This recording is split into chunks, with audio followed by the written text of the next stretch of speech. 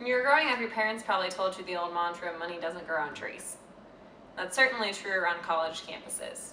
Running a university is by no means cheap, whether it's paying the faculty, providing resources like the gym, or simply keeping the lights on. The money has to come somewhere.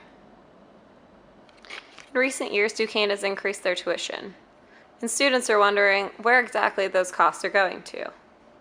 They're voicing concerns about things like printing, which originally starts out with a $100 balance, which most students never even end up using. The average student on campus, when surveyed, said that they only use $10 of their printing costs. So with roughly 10,000 students on campus, where's the other $80 from each of those students going?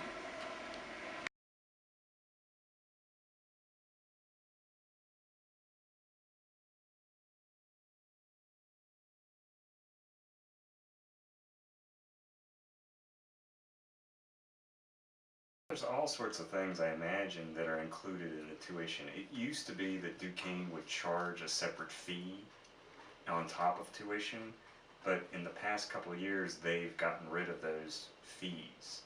And those fees were always explained to me that, there's tuition and then there's these fees. And what are the fees? Those are fees that take to run the university. That's all been plowed into one tuition right now.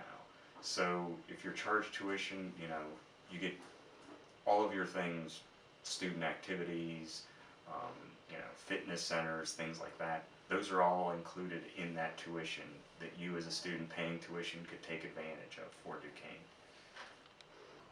We sat down with two students whose concerns seemed to echo the rest of the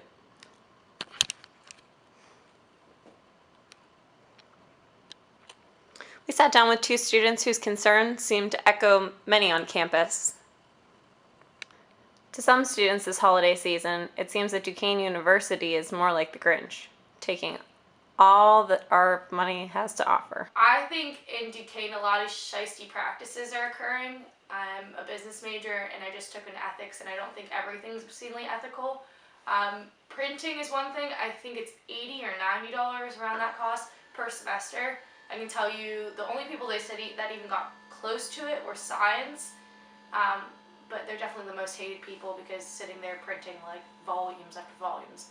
Nevertheless, so I would say I probably have at least $400 that is flowed throughout my currently 3.5 years there, but that I never received back. I think it would be nice if it would be like rolling over.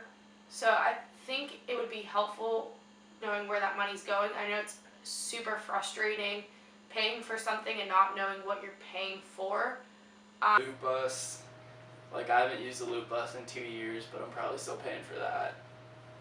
And yeah, it's just really astounding too, like how much living on campus is versus living off campus. Like living off campus is so much cheaper, but meanwhile they make you live on campus for the first 2 years. So like I could have like $10,000 off my bill if I would have, like commuted or like found a place off campus. Which I don't know what the benefit is of keeping everybody on campus.